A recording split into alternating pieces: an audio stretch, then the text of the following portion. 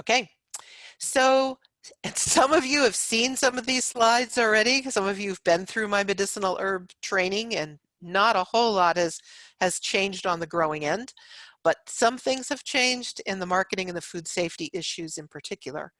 I am giving you this PowerPoint pretty much in the way that I would give it to growers. So, you know, you will kind of have that format and stuff to work with if you want to give a similar presentation in the future. Okay, so just for your knowledge, on the left, that is California poppy. In the center is Echinacea purpurea. And on the right, that's my co-author, Scott Persons. That was quite a while ago. He doesn't have quite so much black hair anymore. And that's with ginseng.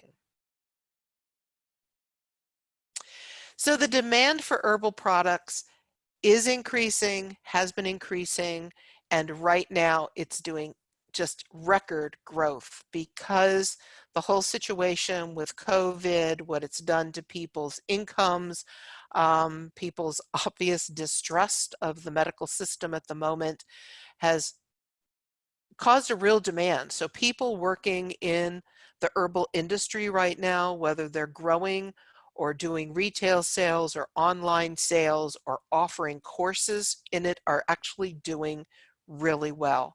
That was a question I got asked the other day. Why am I not cranking out a lot of information like some of the people are doing for their clients? And most of the folks that I'm working with herbs and specialty crops and small farms, once they've made the transition in how they sell, they're actually doing okay. So herbs are increasing. We see growth often in the 8 to 10% a year growth rate, and this has been going on now for quite a long time. You know, we're talking billions of dollars in just United States sales, and globally, of course, it's much greater. I follow the sales of all of these herbs annually. I get a couple of publications to let me see what's happening in the market. And I thought this third point would be of interest to you all. The number one herb sold in 2018, and actually looking back, I look back a few years and it's been number one for quite a long time, is horehound at $1.47 million a year in the United States. So I thought that was pretty interesting. And of the 40 top selling herbal supplements, often they're ones we don't think about, but echinacea is number 2. Elderberry wanders up and down between 3 and 4. COVID, of course, has raised that up again. Valerian, which is used as a sleep aid, is 19. And ginseng, which a lot of people think is up near number 1, is actually down at 23. So if herbs are doing so great in the marketplace, why don't we have thousands of acres of medicinal herbs growing in the Carolinas? And these are some herbs growing in the Carolinas. On the left, that's an herb farm used to be in Madison County. And the one on the right, still a farm, that's in Avery County, and that grower gave medicinal herbs one heck of a try back in the early 2000s. But why aren't they everywhere? Most medicinal herbs are easy to grow. That slide you see on the right is a successful herb farm that we have down around Lake Lure, and he's doing really well for himself. They're easy to grow. Most of these are, well, I had a technician that used to joke and call them Jeanine's herbal weeds because I was growing things like milk thistle and dandelion. And the market is huge. And U.S. manufacturers want to buy herbs that were grown in the United States because so many of our herbs come from China and India and Eastern Europe. And as our food safety issues have become more important and we're looking closer at what we're importing into this country, what these manufacturers saw in terms of heavy metals, pesticide residues, and microbial contamination was very worrisome. So they were just like, we just want to buy from the United States. Then we know we'll have a higher quality product. But Many growers who get into medicinal herbs, and there's a project Catherine Holmes and I were involved in many years ago, they don't give it enough time to learn how to grow medicinal herbs well. I don't know why they think they're going to learn it overnight. We're seeing the same thing with the hemp industry. People expect to make a ton of money that first year they grow it. They don't give enough time to really learn how to do it well or how to develop their markets. Or growing herbs isn't like growing peppers and tomatoes. You just don't pick it off the plant and take it to the market, at least not in most cases. There's usually some level of handling, processing that you need to do. So early on, a lot of these growers, their yields are very low and their quality is often very poor. I think they could get better, and the ones that stick with it do, but most of them give up before then. They start out with equipment that they just have on hand, and that often doesn't allow them to grow this very efficiently. Some equipment, your transplanters and your tractors and such, can work out really well, but oftentimes they don't have the harvesting equipment, or they're modifying things on hand, which is good to practice with in the beginning, but they don't make the efforts or put in the funding to take it to the next level. But probably most important point is the last one. They don't understand the market for medicinal herbs. There is a lot of competition from other areas, and particularly I'm thinking the upper Midwest, areas where we've got a lot of land. Missouri is a pretty big one in this industry, where growers can produce medicinal herbs for cheaper than we can. They can be very efficient. They've got the equipment. They can whip it up and get that economies of scale that in much of North Carolina we don't have. The interest in medicinal herbs in our state tends to be focused in the western half of the state. And of course, that's where we've got the smaller land acreages. If we had more interest in the far eastern part of the state, where we're growing really large commodity crops, they could do that same thing, but it's just not really taken off there. Now, we do have successful medicinal herb farms in our region, and we've got some groups that go out and visit these farms. That is, I believe that is Gentle Harmony Farm on the right. Yes, I recognize that house in the background. And Craig, whose farm is that we're visiting there on the left-hand side?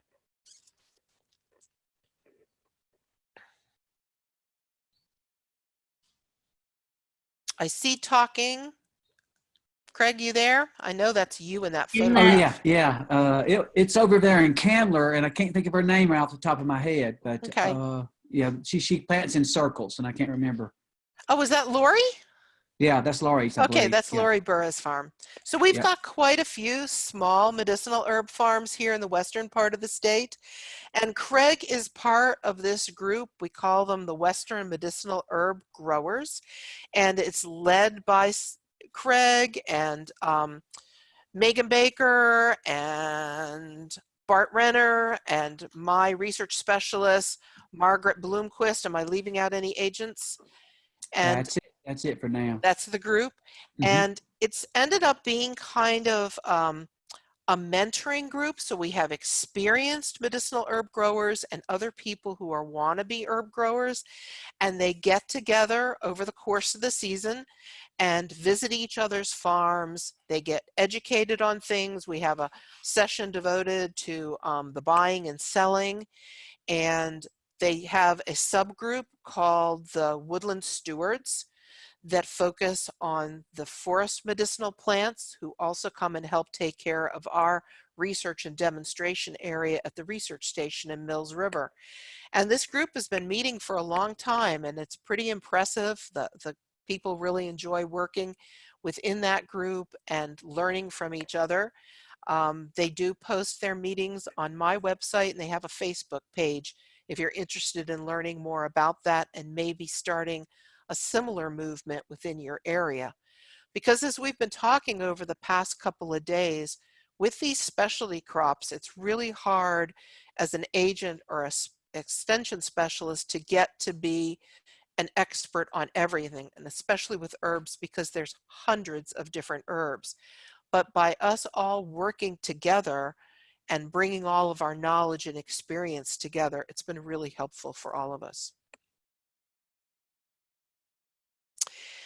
So this is one little farm that I really, don't tell him I said this, but I really had doubts about about how successful Gabe would be.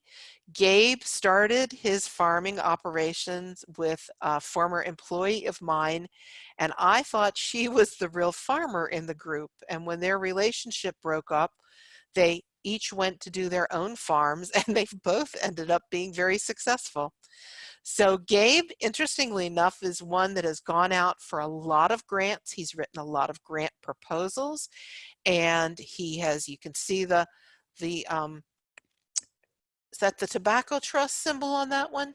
Anyway, he's Yes. gotten equipment to put into his farm. He won the American Farm Bureau Best Farm Startup Award.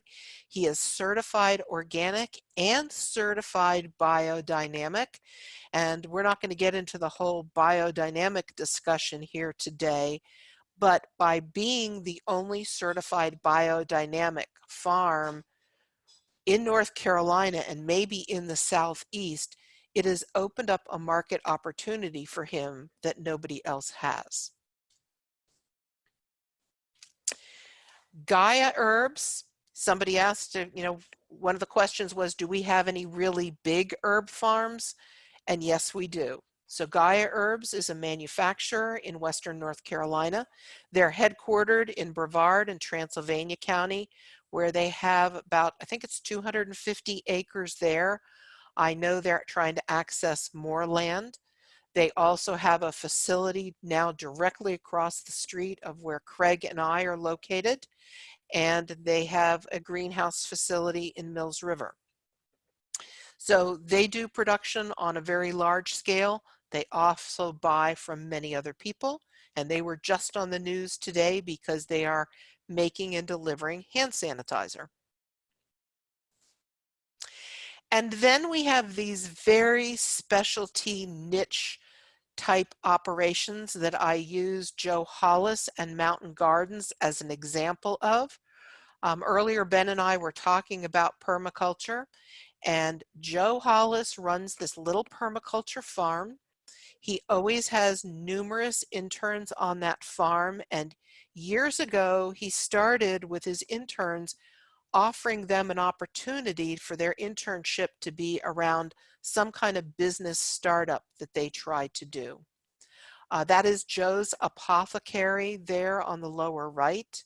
He is known as a Chinese medicinal plant expert, and we work very closely with him on Chinese herbs.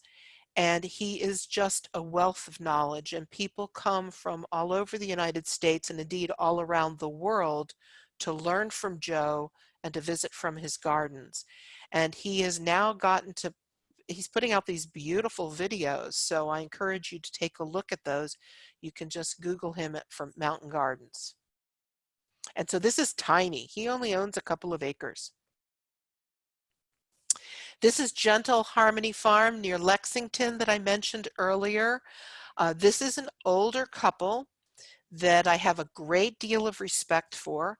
Long before they retired, we used to joke that they were my groupies because they attended every training, workshop, and presentation I gave for years.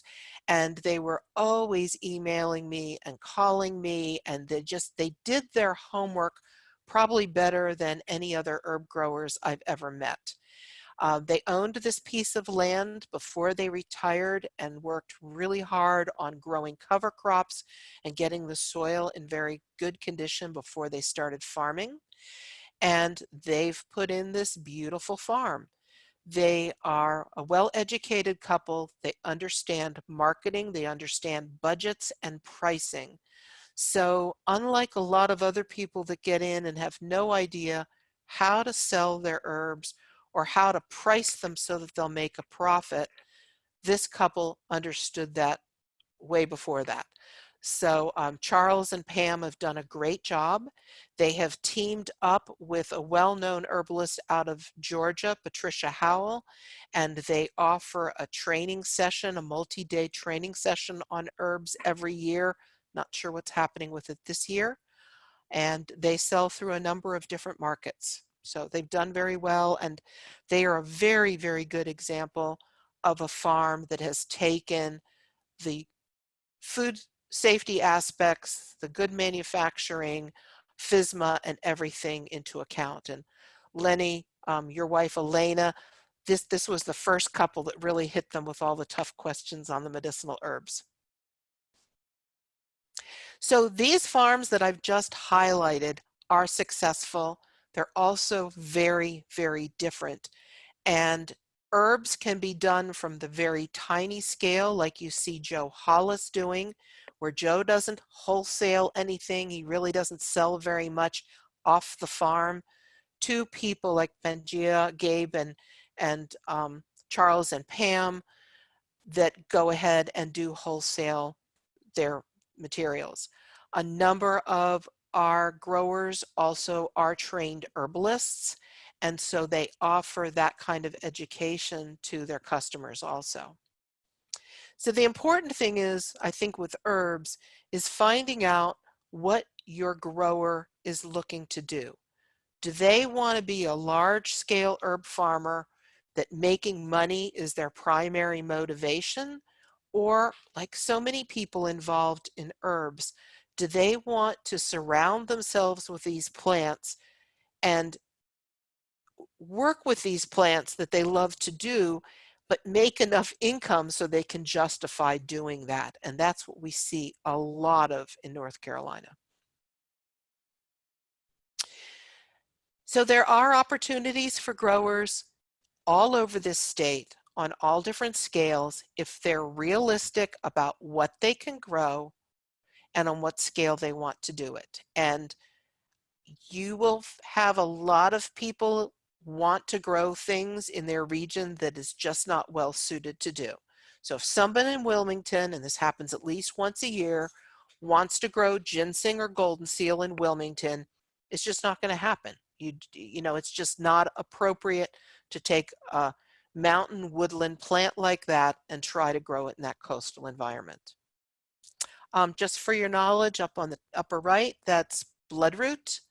In the bucket is golden seal, and on the bottom left, that's golden seal growing. So I ask my people at workshops or growers that come visit me, why do you want to grow medicinal herbs? Do you just want to do it because you love these plants? Do you want it to be a big money maker? Is that your incentive? Or do you want it to use it to help diversify your existing farm operation? And medicinal herbs can fit really well into an agritourism type operation too. So I can't teach you how to grow all these really diverse kind of herbs in, you know, just an hour. That's not going to happen. So let's just go over some of the basics.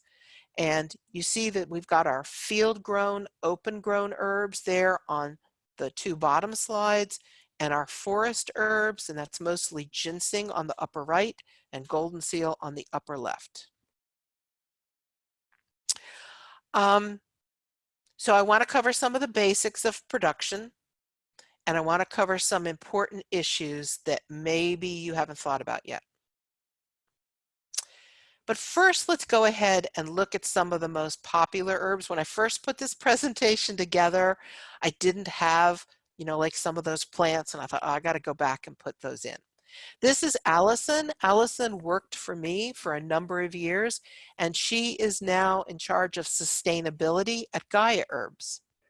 So many people have gone through my program, worked for me in my program, and have gone on to work within this industry. So this is golden seal, and I consider golden seal kind of my baby. That was the first medicinal herb I worked for or worked with when I started here at NC State over 30 years ago now, and it's one I still keep very involved in. We maintain a collection, a germplasm collection of this, and we've got new efforts going on golden seal right now. It is a native plant. It is a perennial. It is one that it's not considered threatened or endangered on a state or federal level, but it is protected by CITES. And CITES is the Convention on International Trade in Endangered Species. This puts some special rules and regulations on golden seal when you go to import or export it. We primarily use the root and rhizome of this plant, although there is also a small market for the leaves to be used in tea blends. And those are the seeds there. Like many of these woodland herbs, these seeds need very special handling. These seeds can never be allowed to dry out. This is ginseng, and without a doubt, this is the one that has the most interest. It's the one we get the most inquiries about. It is also the one that is the most valuable on a price per pound basis. We're talking anywhere $500 to $1,000 a pound. It is wild harvested from our mountain region, and we encourage people to cultivate it within a woodland setting to help reduce pressure on the wild populations. And we're involved in quite a few efforts to try to move consumers to wanting cultivated product instead of wild harvested product, again, to conserve our native populations. And because when we cultivate these herbs, we have more control over their quality, their safety. An example I use is bloodroot. We did a study years ago where the bloodroot from the wild actually was higher in heavy metals such as arsenic than the cultivated that we produced. So ginseng is not an endangered species. It is protected on a state, federal, and international level in an effort to keep it from becoming an endangered species. So it also has CITES protection. To sell ginseng across state lines, you must be a licensed dealer with the North Carolina Department of Agriculture and Consumer Services.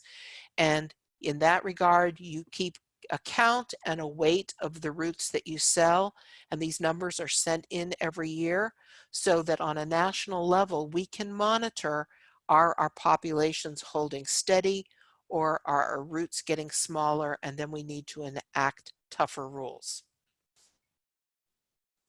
This is bloodroot that I just mentioned a minute ago. I use this as an example of how diverse these medicinal plants can be. This plant is a lovely ornamental plant.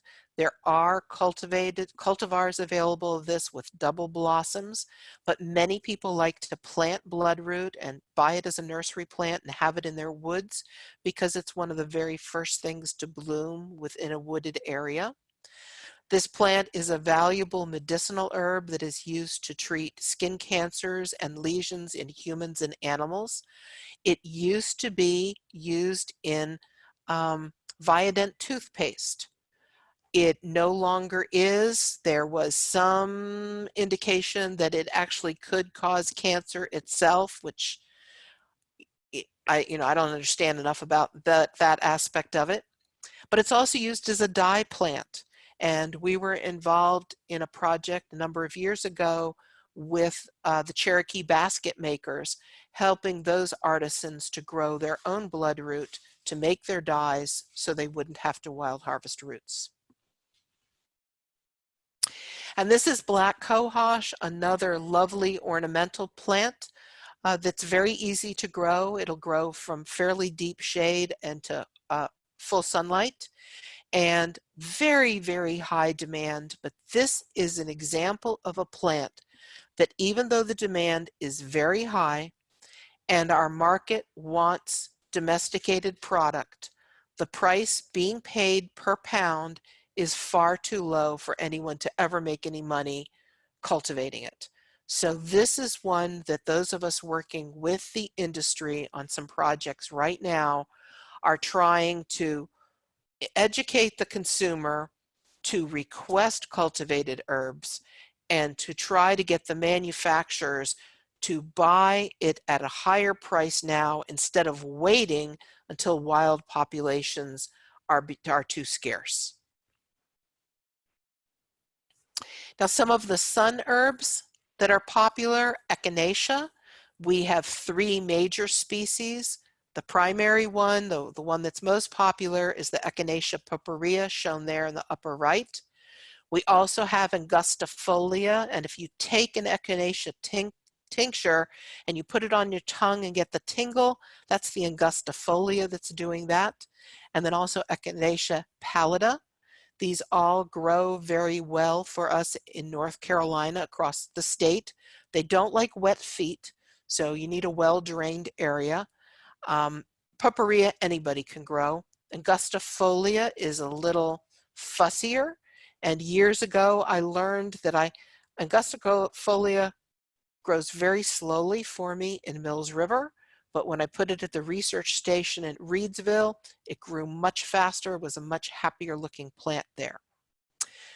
This is a perennial, just like all the plants that I have just mentioned previously, but this one we grow just for about 2-3 years usually. Not many people push it to 4 anymore, and we use the roots, flowers, and seeds.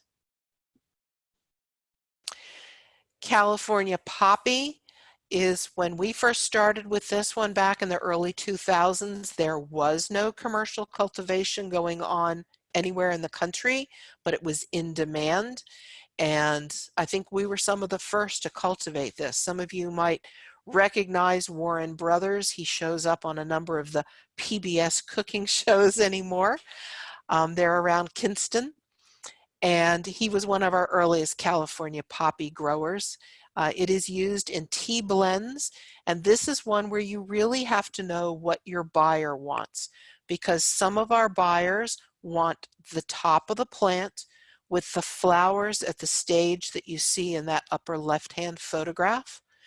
Others want the top and the roots together, and others just want the roots.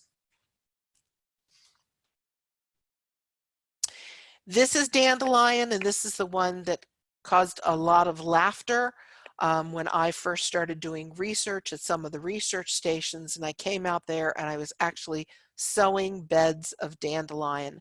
But dandelion is a very, very popular medicinal herb that is used in many formulations, and many people take dandelion. They take powdered dandelion every day. It helps with blood function. It also is edible, and right now with the wild food movement going on, you'll see many people using dandelion foliage within their salads. We were able to get very high prices per acre from dandelion back in the mid-2000s because there was a market for the foliage, which we could harvest several times during the growing season, and at the end of the growing season, we'd harvest the roots and sell those also. And finally, I had to include stinging nettle because we have a very strong market for stinging nettle, and this one can be a very difficult one to encourage people to produce. These were some of the test plots that we did years ago trying to learn how to produce this plant. We show it there on black plastic. That is not necessary, although land a little better drained than you see there is. It is an easy plant to grow. Know that if you sow stinging nettle, it's probably going to be in that area forever. So a number of things I have said is up to now has shown how important site selection is for these herbs. All of the herbs that I can think of that we would grow in North Carolina need well-drained site and should have good airflow. A number of these are going to be prone to fungal diseases if we don't have that. So keep that in mind. Early on, we did a project with about 50 growers across the state to grow medicinal herbs on test plots for us. And in that study, we learned that a lot of growers, when you ask them to do an on-farm trial, will give you a piece of land that they don't want to grow anything else on. And that didn't work out well for us at all because the herbs didn't do well. So when we got our big grants to do the Medicinal Herbs for Commerce project, we actually had growers take an acre of another crop out of production and produce the herb there for us. It was often tobacco they took out, and we paid them. We paid them, I think, $5,000 to grow that crop, and then we got much better results. And then you've got to look at what your scale of production is going to be. It can be from very small to very large, but this is where people have to have serious talk about what they're going to do. And we try to get our growers to start out small, but some of them, they just can't seem to do that. So if they're not willing to start small, then they need to just start with a couple of different herbs. Where I see the big failures is when people see that farm like on the lower right-hand side, and they want to try to grow 16 different herbs all at one time, and that never works out well. And then our growers just have to follow the same basic good agricultural practices that you would do for any other crop that you're producing. I mean, it's just like growing a vegetable. They need to pull their soil tests. They need to get their soil test results. Now, we're not going to see all these different herbs, of course, on your soil test results. But basically, if we follow recommendations that we would see for vegetables and think on the low end fertility-wise, we can usually do okay. Only a few of these herbs have very specific needs in terms of soil pH or something. But for most of these herbs, we do not fertilize a whole lot because the quality, the final quality of the plant then is not as good. You end up with a really lush plant, but then the concentrations of some of the components that we want for their medicinal properties tend to be less. So it's like, let these plants have to work for it a little bit. And we've got some pretty good research that's been done over the years, both in my program and others around the world, that show that some stress on these plants will make a plant that is higher in various medicinal components. And then you've got to do the balancing act of how much yield am I willing to give up to get higher concentrations of whatever it is that I'm trying to get.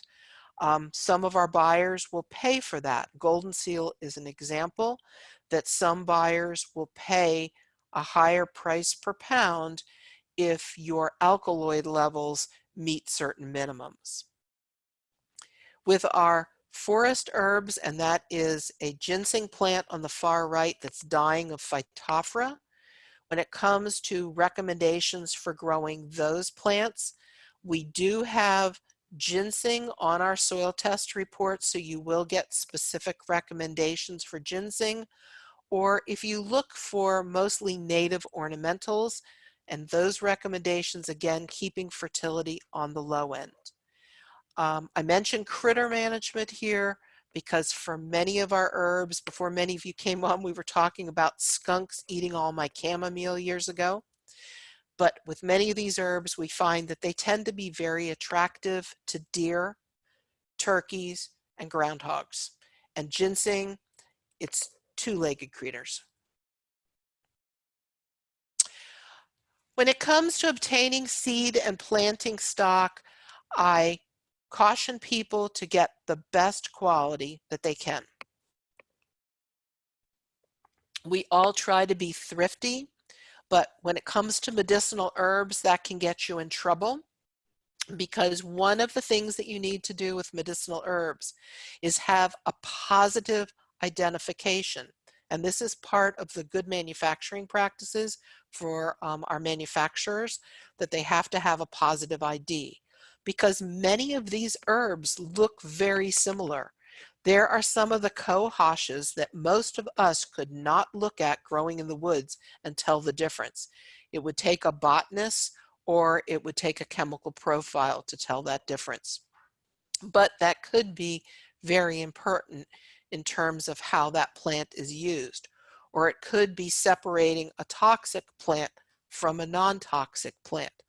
Doll's eye is one from the woods that we have to caution people to be very careful not to harvest. We've had this happen in my own fields, in my Chinese medicinal herbs. Friend of mine who's a botanist was walking through one day and I had some plots marked with angelica and she's like, Jeanine, that's not all angelica. She took a sample back and got it keyed out and sure enough it wasn't. I couldn't tell the difference. So this is where we've got to be very careful. We need to be double checking on ourselves and we have to start out with quality planting stock. We also need to, boy, Craig, you're in a lot of my pictures. We also need to harvest plant to protect the integrity of the crop and to maintain cleanliness during our harvest and post-harvest handling. So people, when they're first starting to grow herbs, if they're not herb users, they often don't clean, particularly roots, well enough. And I have been to numerous big conferences, big conventions, natural products conventions, and a new grower will show up and have a gallon plastic bag full of dried roots and say, hey, I've got 1,000 pounds of this. Are you interested in buying it? And that buyer will take that plastic bag and give it a good shake, and all of this dirt and sand falls out of that roots, and they'll just hand it back and say this is worthless. So learning how to clean your crop properly is very important. What are the kind of tools that you're going to need? What kind of equipment? If you get out there and look on the global market, there is some wonderful harvesting and growing aids available. We don't tend to see them anywhere close to us. We usually have to go to one of these big natural products conventions.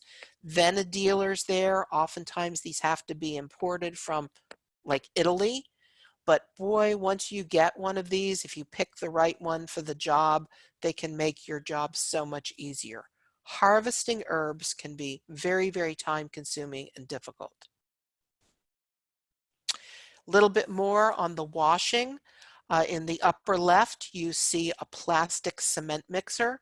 We learned to use this from our roots when we visited root dealers from around North Carolina and Kentucky.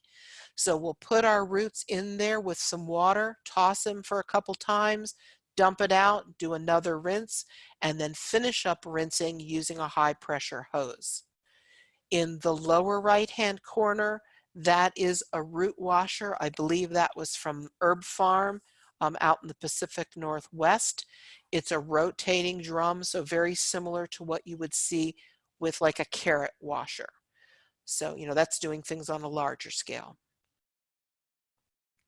And then most of these roots and herbs are sold dry. Very rarely on a wholesale level and even on a retail level are many of these sold fresh. Gaia Herbs does buy and use some herbs fresh, which is why they have their own farm so that they can extract fresh. But through most of the market, you are going to need a dryer. And you're going to have to make sure that these drying facilities meet all of the new FSMA regulations. So you've got to think about your screening material and whether those dryers can be properly cleaned if there was some contamination. This has actually gotten a little easier. Early on in this whole food safety process, as the spotlight was put on herbs, some of the regulations that were coming out, the advice we were giving was impossible. They wanted stainless steel dryers and stainless steel screens, and that's just totally cost prohibitive. But now it's more what is the product in contact with, and not so much everything within that unit. I have that example there of those roots that have been cut. When you cut a root that fine, you are into the processing realm. You have moved from just being a grower to being a processor. Um, Elena Rogers worked with us and worked with them in DC about allowing our growers to cut a root enough to let it dry properly so it wouldn't mold. But that cutting there that's taken place is taking it more to a finished product. We do have information on dryers. I must say that we need to update this publication, but it will give you the basics that you need to know on dryers. If you can get your hands on tobacco barns, they are very easily converted to herb dryers. I got 2 of them that I've just put on my research station that we're turning into hemp and herb dryers. The top picture is just of one of those utility buildings that you can buy at Home Depot or at Lowe's. And we've got the plans on how to convert that into a dryer. At the time we did that project, the growers asked for them to be electric heat, but now I think most people would go with gas or propane. And in the bottom is a unit that's about the size of a chest freezer. It has a strip of baseboard heating in the bottom and a fan at the top. And then you need to properly package these herbs. The lower left, Gabe there is holding trash bags. I do hope he has food grade bags, and I think I do see the top of some clear plastic bags there. They should not be packed into used packaging. Your herbs should not go into things like garbage bags. They need to go into food safe containers. So you can buy plastic bags that are food safe. Some buyers want super sacks like you see in the upper right. You just need to use the proper packaging and store things so that they are kept dry and free from insects and rodents. We had one grower learn a very tough lesson. He grew chamomile on a very large scale. He was down in the Kinston area. He harvested it, he dried it, and he had to hold it for several weeks before the buyer could pick it up. And he stored it in his barn. The chamomile reabsorbed moisture from the air, and when the buyer showed up, everything was moldy. And you need to keep meticulous records throughout this process. So you should have records on the fields. You should be able to take someone right back to the field where that herb was grown. You need to keep track of everything that you have applied to those plants. You need to retain samples, use lot numbers, really take it to the next level on keeping track of this so that you could have total traceability if there ever was a problem with a batch of your herb and somebody came back to you about that. Labeling has to be done right. I don't see a perfect example here, but it definitely has to have the common name, the full botanical name. It should have a lot number. It should have the name of your farm and a location. You see the biodynamic and organic labels on there. So, it needs to be done right, and we've got more information on that. And then COA stands for Certificate of Analysis. Those of you that work for hemp are now very familiar with that term. It's one I learned long ago with the herb industry because we've been using COAs for a very, very long time. And this is a very typical certificate of analysis with the name and where the plant came from, the identifications, how it was done, the manufacturing dates, full descriptions, moisture levels, heavy metals, microbial counts. All of this information is very, very important. And this one didn't have pesticides, but depending on the herb, if there's been a history of that herb being contaminated with certain pesticides, it will be tested for that too. We've got the GAPS, the Good Agricultural Practices, and it's usually CGMPs for current good manufacturing practices. The good agricultural practices are suggested, recommended by various groups, maybe demanded by your buyer, but on a federal and state levels, those are not mandated. There are now good manufacturing practices that are mandated by the FDA for the dietary supplement industry. That does not apply directly to our growers, unless of course they are manufacturers too, but those rules on those manufacturers often require their growers to be doing certain things. And most importantly is that identity issue, and how things have been washed and dried. You know, your buyer can clean up a fresh herb if you haven't washed it well enough. But if you have not dried it properly and didn't wash it before drying, they probably can't do anything about it. So with the recommended good agricultural practices for medicinal herbs, and I've said this many times, proper identification is most important. That identification can be done by botanical samples, and we teach people how to make vouchers that they can store and make photographs of, or it can be done through laboratory analysis. So all of these herbs have a chemical profile that can be shown with GC or HPLC. Your product must meet the specifications that were agreed upon between the grower and the buyer. They must be clean of all contaminants, and this includes other herbs. So if you're growing dandelion and it's got a thistle in there, that thistle is a contaminant, even though you might also be selling thistles. It is suggested that all good environmental stewardship be practiced in the production of these herbs. There are laws. Some of the herbs that our growers produce are endangered or threatened, and so there's conservation laws applying to them. And then you could have a buyer that requests that you grow an herb that is actually on a noxious plant list in your state. So you need to be aware of those laws. You should harvest an optimum time so it has the highest quality, and this is different for every herb, and as we get more information from research, this is changing slightly for some herbs as to what stage they should be harvested at. You should practice good post-harvest handling, and you need to label and record everything.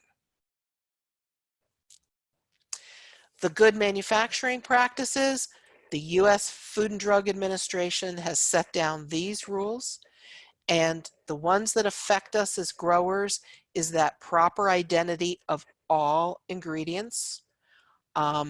So this allows our growers to provide raw material that has the proper documentation. So if you've got two buyers showing up with Angelica, and one of them is able to show a botanical sample or a COA that proves it's Angelica, they're going to have an edge over the grower that just says it's Angelica.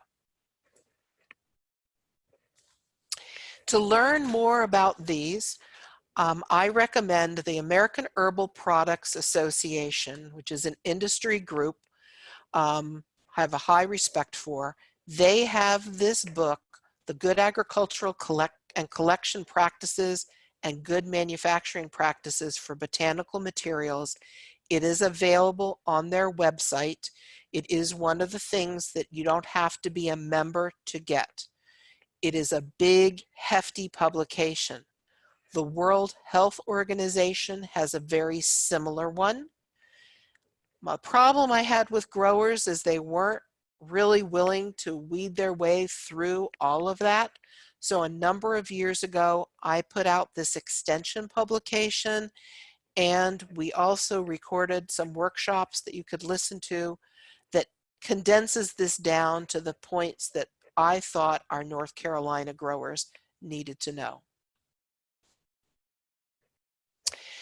FSMA, the Food Safety and Modernization Act, does apply to these medicinal herbs because they are consumables, and you can read the guidances on those. We have covered a lot of them. We keep coming up with new questions all the time, and our food safety person, Elena Rogers, has made it part of her job to try to stay current on the medicinal herbs. She is a very good source of information on this. So in short, when we come to this part, the good agricultural practices for the growing is voluntary at this time. The GMPs relate to the manufacturers, but we as growers can give them the best quality material. We expect that there will be federal regulations for growers in the near future, although that's probably being held up for a while right now. So we are trying to prepare our growers for this. We did that with dryers early on, and now we do have regulations on those dryers. But what we're learning with leafy greens and vegetables and the regulations for them, I think most of us can figure out how that would apply to our herbs. Then we come to our marketing. You really need to know who you're going to sell to and at what scale before you plant everything. This is Lori Burra on the bottom that got mentioned earlier. She's someone that does very small scale production, but she is an herbalist. She has the highest standards, and she goes for a very, very specific market. I mean, her stuff is not the kind of things that you would find in Walmart or CVS. She is a very targeted, high-end market that is going to pay for the kind of herbs that she would grow with the care that she does.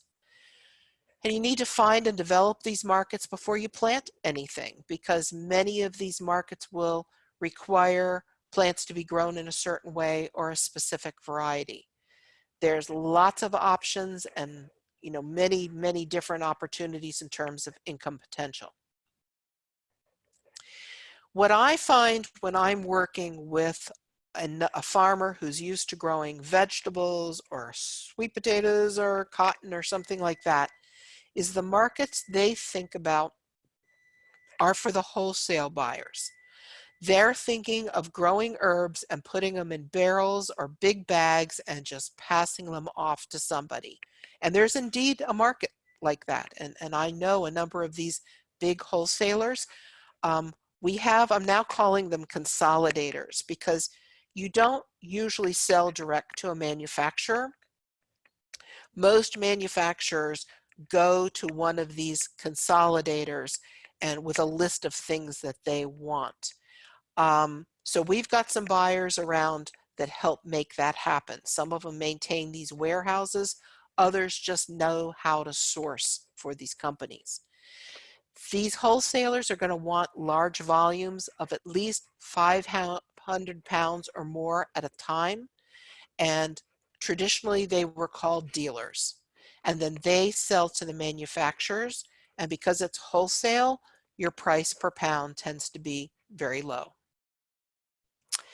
How do you find a wholesale buyer? This is another thing that you can get to for free through the American Herbal Products Association member directory. There's a list here, and if you don't know anyone, you can just start going through this list and looking for potential wholesale buyers. It's important to maintain a very good relationship with these wholesale buyers.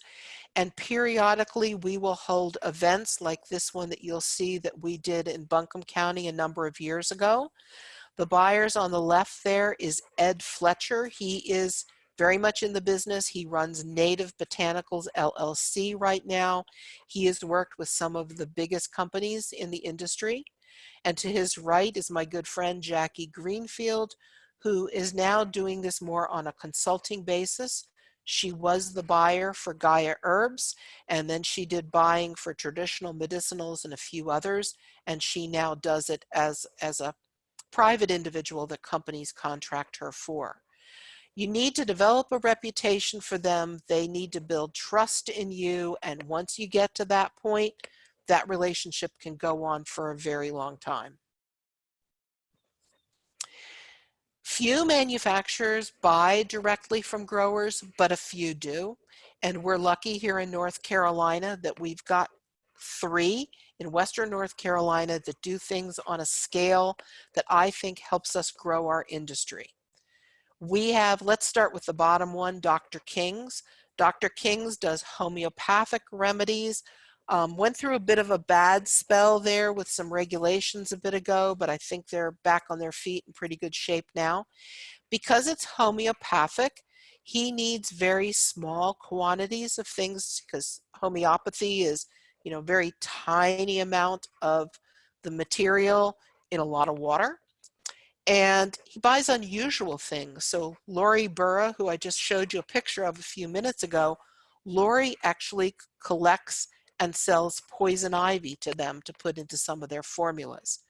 So there's many herbs that Dr. King's wants, or King Bio, at just 1 to 5 pounds. So it's often very good for a starting herb grower. Then we've got a small manufacturer such as Red Moon Herbs, and Jeannie Dunn, the owner of Red Moons, really wants to support local growers and beginning growers. She will work with you. She's got high standards, but she'll help you learn how to do it and meet her standards. And she often buys in the 5 to 20 pounds dried herb volumes. Then Gaia Herbs is a mid-sized manufacturer. They're located in Western North Carolina. They like to buy local whenever they can, and they're going to look for about 200 pounds at a time unless it's a very, very specialized herb. I remind people that the raw bulk medicinal herb market tends to be very volatile, and this is a problem when we're growing perennials. So like right now, we've got a lot of demand for golden seal.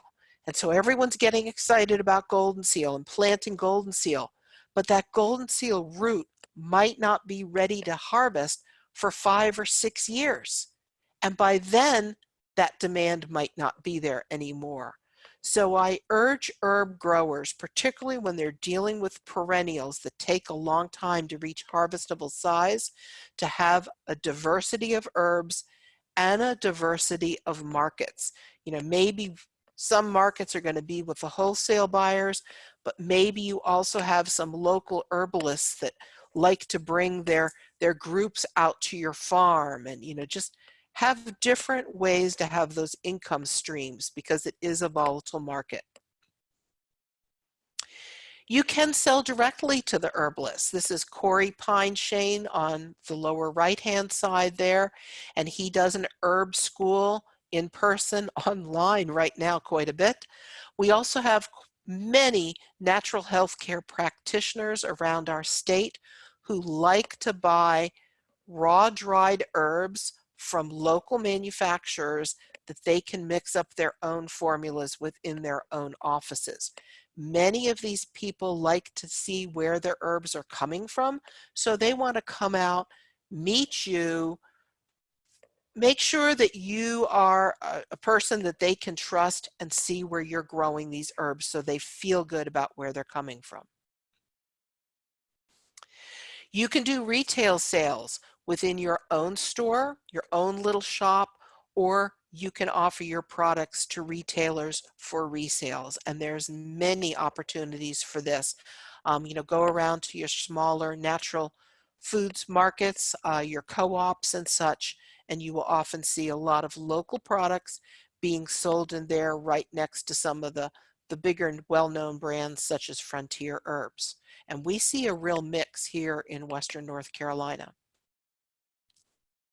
You can make and sell your own value-added products.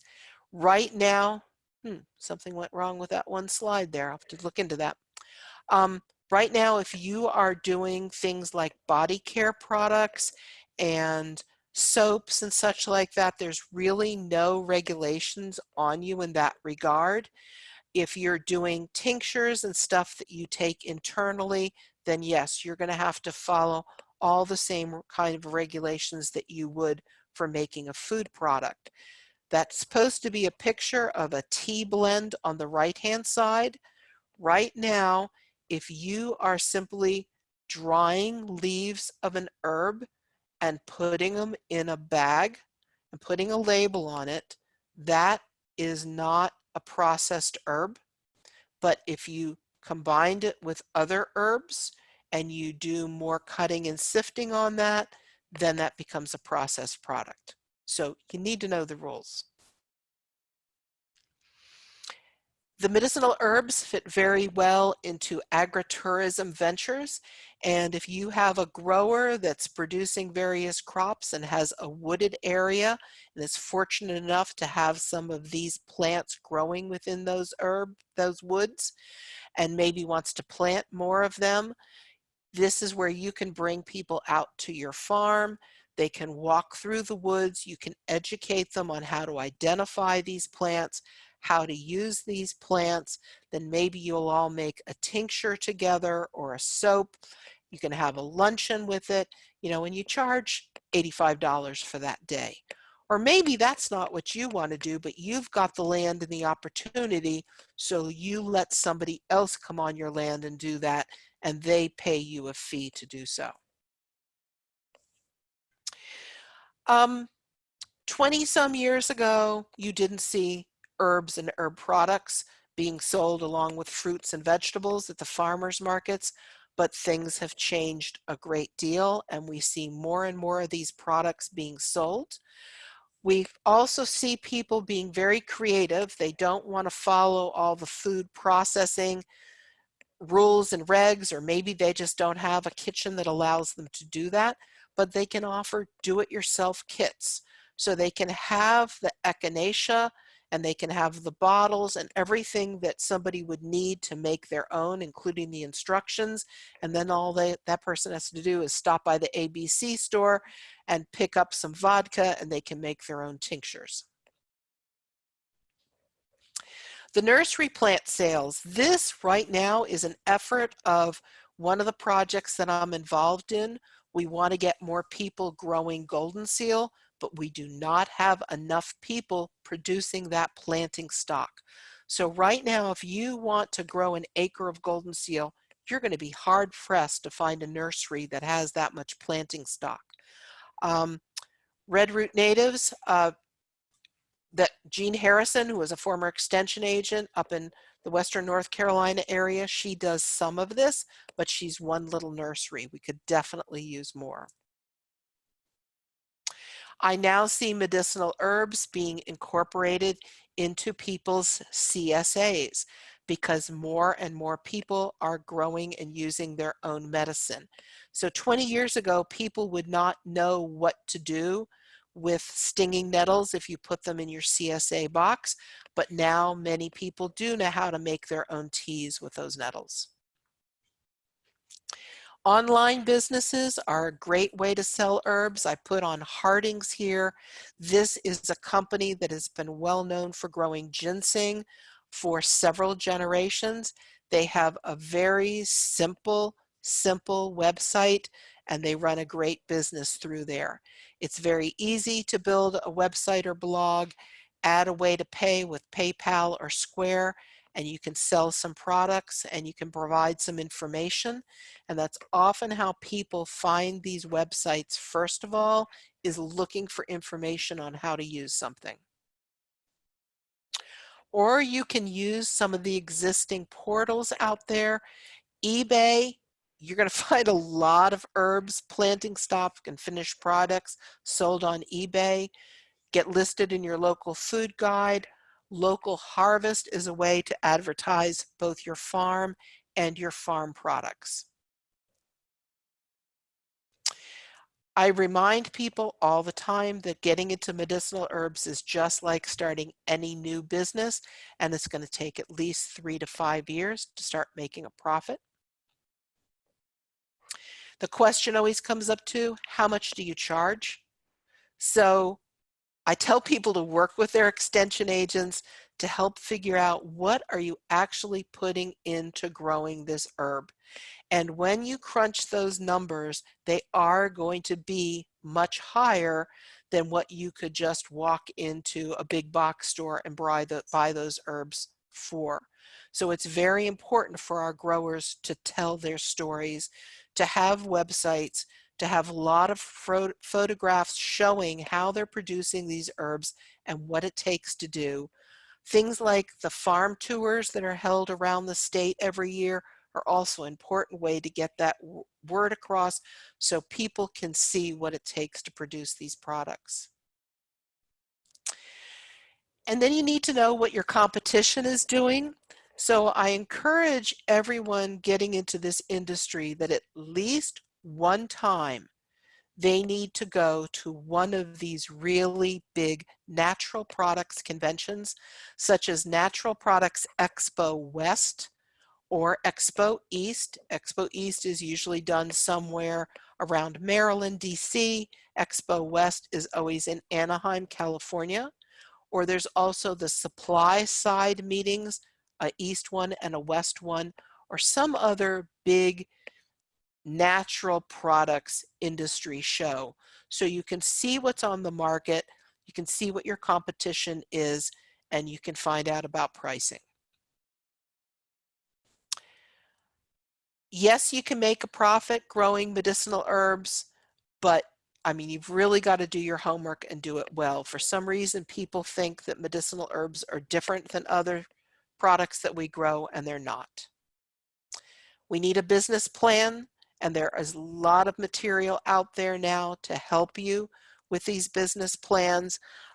Basically, anything that you find related to the organic growing business plans fit really well here for medicinal herbs.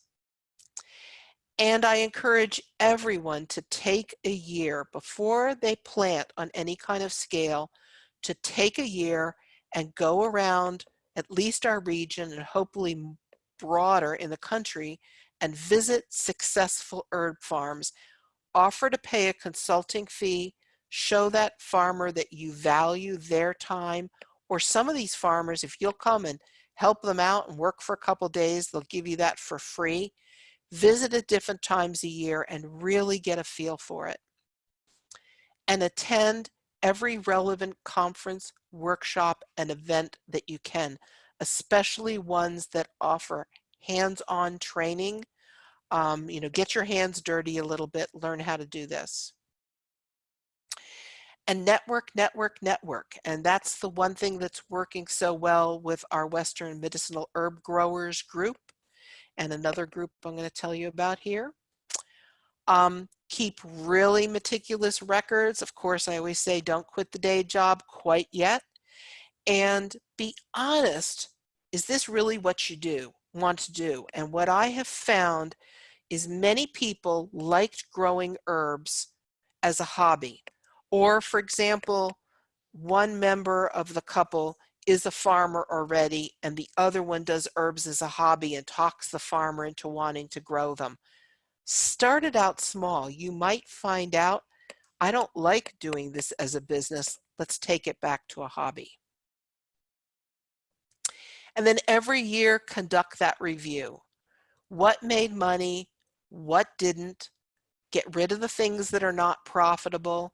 Take the time to survey your customers and maybe, offer some kind of prize if you do that, or some freebie you get for getting that feedback.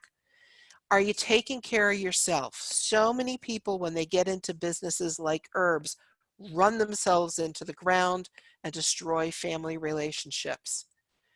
Ask for and pay for help. There are a lot of good consultants out in this industry. A number of our big buyers know so much that if you can just pay them whatever their fee is to come and spend a day with you and help you evaluate that industry, somebody like Jackie Greenfield would just be well worth whatever she would charge you to spend a day on your farm talking with you. And be sure to use somebody to really help you evaluate it on a financial level. The Appalachian Beginning Forest Farmer Coalition is a project. It's led, a federally funded project. It's led by Virginia Tech. We've been involved. We're in our stage 2 of funding on this. United Plant Savers is involved, and this is where we're helping to grow this forest farming network. This website is full of information. You used to have to be a member. I got them to get rid of that quite recently, but it's full of great videos and information and networking opportunities. And what we're doing is University Extension is raising up our nonprofit partners so that when our funding runs out, we have still got organizations doing this good work. And in our area, this is Organic Grower School is the one we've chosen here. In Virginia, it's the Appalachian Sustainable Development Group. And up in Ohio, it's United Plant Savers, and then there's a few others. So I urge you to take a look at this. AppalachianForestFarmers.org is the URL. My website, you could get lost in here for days diving deep into this information. This is one of the things that happens when you've been at this really long and Extension decides to combine 3 of your websites into one. So I'm always open to new ideas on how to organize this better because there's a lot of information here, but you got to dig. And then these are some of the books I recommend. When I talk about the financial part of it, I really like Richard Wiswall's book on the Organic Farmer's Business Handbook. He's got really great spreadsheets, enterprise budgets and such that fit really well with herbs. Jeff and Melanie Carpenter, they're up in the Northeast. I helped review this book when they first wrote it, and I think it's wonderful. It is our best all-around medicinal herb book out there. They've got a great website. They're active on social media, so you can follow this couple and what they're doing. And then I'm going to give a plug too for my book with Scott Persons on ginseng, golden seal, and other woodland medicinals, because so far I still think it's the best one we've got out there covering the woodland herbs.